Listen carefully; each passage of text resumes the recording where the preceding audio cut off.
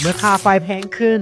ค่อยเลยตัดสินใจเฮ็ดโซลาร์เซลล์เพื่อคนลาวแต่สุดท้ายแล้วค่อยจะรอดหรือบ่อีพี่ซีเจรจาดิว800 ล้านค่อยเริ่มจากการแซดหาโรงงานจากจีนโรงงานดีตอบมาว่าขั้นต่ำคือ 1,000 อันคือหลุดบ่ได้ถ้าบ่ฮอดก็จะบ่มีการซื้อขายโรงงานบีขั้นต่ำคือ 1,000 อันคือกันปัญหาคือถ้า 1,000 อันค่อยต้องใช้เงินถึง800 ล้านนี่ยังบ่รวมค่าขนส่งภาษีค่าบริหารค่อยสิเฮ็ดจังได๋ดีเงินค่อยบ่พออันนี้มันเป็นกำแพงที่ค่อยข้ามบ่ได้หรือค่อยควรพอเท่านี้แล้วเจ้าเด๋คิดว่าแนวใด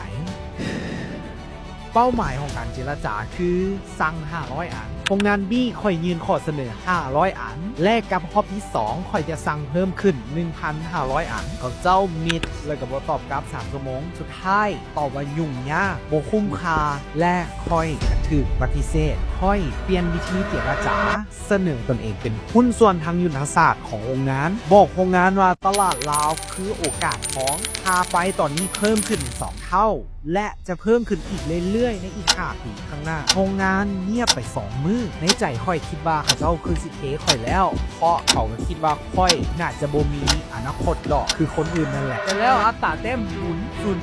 0.0039 ที่ค่อยสะสมมาตลอดชีวิตกับอ้อผลโรงงานตอบตกลงการสร้าง500 อันทำนี้ของค่อยจึงเป็นการเปิดตลาดใหม่ของเขาเจ้าโดยบ่มีความเสี่ยงโรงงานจึงยอมเจรจาน้ำหัวใจของการเจรจาครั้งนี้คือการเข้าใจธุรกิจของอีกฝ่ายและเสนอในมุมมองที่ได้ผลประโยชน์รวมกันตอนนี้ค่อยหาโรงงานคุณภาพได้แล้วและการเจรจาขั้นต่ำ500 อันสำเร็จแต่ปัญหาคือก้าวต่อไปของค่อยควรเฮ็ดแนวใดดี EP 11 ดิ้นรนหาเงิน400 ล้านเพื่อสร้างโซลาร์